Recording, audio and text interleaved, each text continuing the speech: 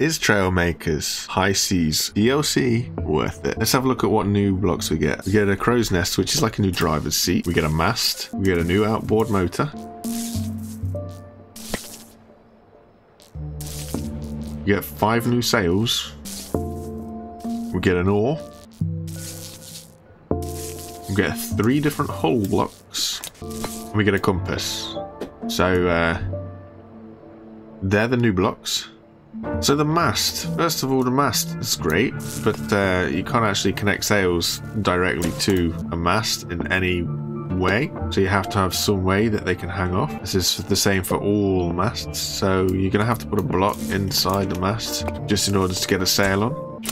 And this is the new map. It's quite large. We've got water, we've got wind, we've got a bit of islands to go for. The hull is a nice easy way to keep afloat.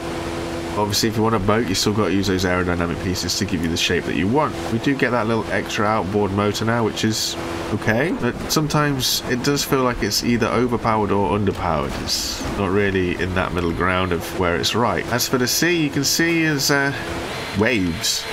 We have waves, we have little waves, and in the distance, you see we've got a big wave. We've got a lot of wind, and this is all to show off the capabilities of the game engine and what it can do with water. But beyond that, is there much else? I personally haven't really found it. Now don't get me wrong, I haven't been thrashing the game either. Trailmakers is a game that I play for fun. It's not something that I've sunk thousands and thousands of hours into, and people who are created might actually really enjoy this game. This map is just another one of those maps. It's a creative map. Used for just having fun with the wind and the sea. We do supposedly have these awesome new snow areas and all these little extra areas to explore, but they don't feel any different to any of the other stuff that we already know, like the sand or the mud, moss and that kind of stuff. This kind of thing already exists in the game, and it's not got an overly massive different feel to it.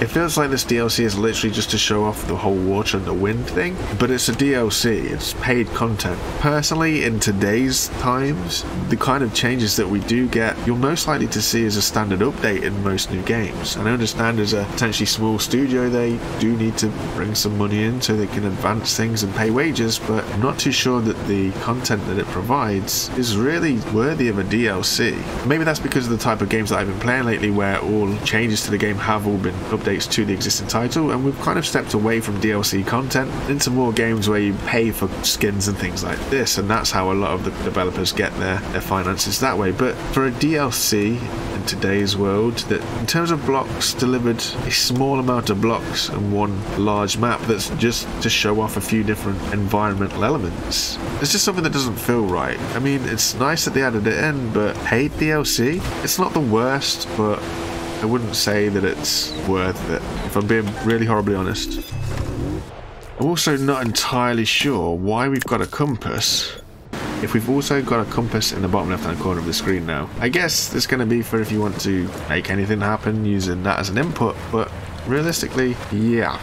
But this is one of the other new areas. We've got some snow. Now it's all well and good, but it doesn't feel any different. It doesn't give us any different feelings or anything like that. It's okay, but nothing beyond the stuff that we've done already know. It's literally just a big old map that's full of wind, water, and well, rain and or snow, and it's just there to show off the elements of the engine maybe, and the devs have been working on that way and what they can now become more capable to do. But in terms of actually content to the game, I'm not 100% sure.